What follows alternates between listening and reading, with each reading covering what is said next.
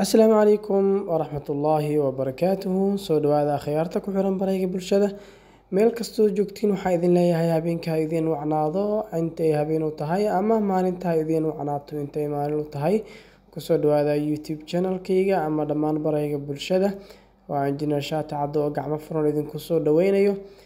Muuqaalkan waxa uu hordhac u noqon doonaa muuqaalo taxanaan oo ka duubi doona road construction dhismaha wadooyinka.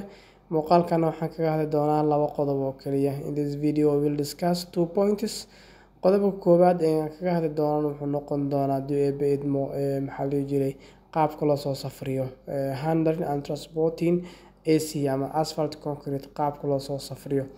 Yani markii la soo safrinayo trucks transporting AC must be covered to maintain the mixed temperature yani baabuurka soo qaadayo materialka AC-ga asphalt concrete.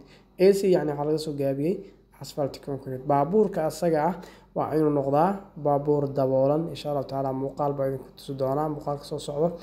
Marka hadda kan bacdi baa laga fiiqay maadaama aan shubki ku shubayno caaro ku shubayno. Waa kan hadda fiiri baabuurkan soo socdo. Yani wax walba waxaan isku dayaynaa maqal muuqaal idinku tuso. Sidaan ayaa laga rabaa inuu ahaado baabuurka keenayo materialka AC-ga asphalt concrete. oo maxaa loo daboolayaa yani waxa loo daboolayaa hadii cimilada ku xumaato haduu roob ku yimaado wax walba inaan ka difaacno iyo sidoo kale temperature-kan inuu keep gareeyo waxa weeye uusan wax temperature uusan lose gareyn. Marka si fiican ila soco waa qodobka koobaad aan kaga hadlaynaa muuqaalkeena waa in qaabka loo soo safriyo handling and transporting AC. qodobka labaad waa temperature requirements. Temperature-ka heerkulka laga rabo waxaa jira heerkul temperature leeyahay la yiraahdo leeyahay temperature waa yani according our project yani waa kala duwan yahay AC-ga. anaga kan aan ka hadlayno waxa weeye 60 marka maxaa laga rabaa 160 ilaa 130 waa leeyahay temperature kala dhigayo waa 160 ilaa 130. Convection-kana 130 ilaa 90 yani ugu yaraan 90. marka convection-ku bilaabmayo waa inuu temperature-ka uu ahaadaa 90. marka waa labadaas qodob waxaan kaga hadalnay muuqaalkan qaabka loo soo safriyo iyo qaabka temperature-kiisa loo ilaaliyo requirements-ka laga rabo. Haddii uu yahay markii manufacturing-ka laga soo saaro patch plant-iga warshada samaysan marka laga soo saaro inta convection-ka laga gaarayo waa inuu minimum ahaadaa 130 ya 160 ilaa 130. yani mashaariicdu way kala duwanaan karaan ma garat. Okay, convection-ka marka la bilaabayna waa inuu noqdaa minimum 90 inuu noqdo weeyaan. waxaan filayaa si fiican fahanteen arday yani waxa aan focus ka saarayo waa civil engineering students meel kasta ay joogaan fresh graduates iyo cid walba oo quseeyo ama waxa weeye professional skills koodu yahay civil engineering. marka labadaas temperature ayaa badanaa anaga aan focus gareynaa.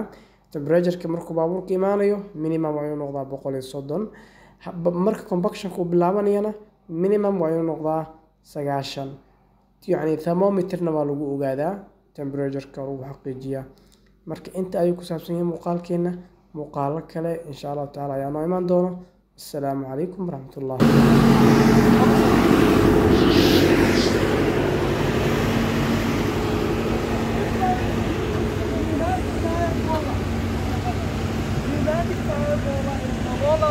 Making compaction, but the other one is double pump roller, just is keeping and maintaining the temperature of the AC.